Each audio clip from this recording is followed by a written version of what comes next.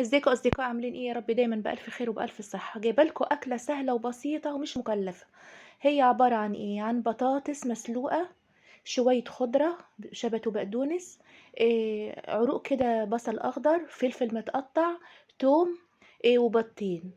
الحاجات دي كلها هتتخلط كلها مع بعضها في الكبه، هنفرمها في الكبه وبعد كده هنقليها في الزيت. احلى اكله وبسيطه وجميله. احنا فرمناها في الكبه اهيت. هنضيف عليها شوية دقيق. الدقيق عليه ايه بقى؟ الدقيق عليه شوية كمون وشوية ملح وشوية فلفل احمر، شطة حمراء. هنخلط الدقيق بالخليط بتاعه ده على الحاجات اللي احنا فرمناها، البطاطس، وهنقليها في الزيت. هنعملها كور كده، واول الزيت ما يقدح معانا هنبتدي نعمل حتت كده صغيرة بالمعلقة، وهننزلها على الزيت المقدوح ونوطي لها النار علشان تطيب على مهلها.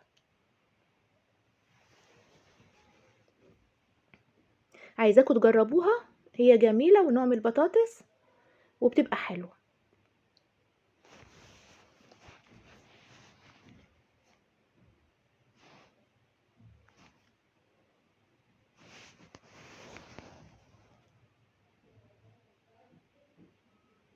ولازم نوطي النار علشان ما تتلهفش مننا، تبقى كلها طيبة.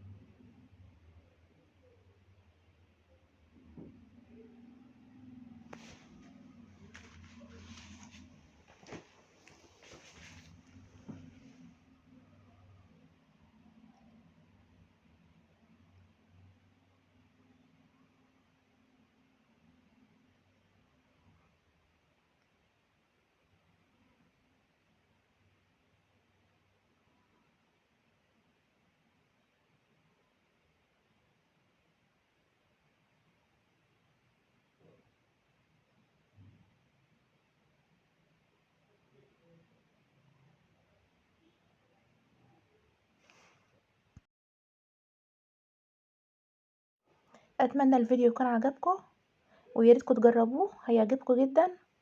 واشتركوا في قناتي وفعلوا الجرس والاعجاب بالفيديو، واشوفكم على خير.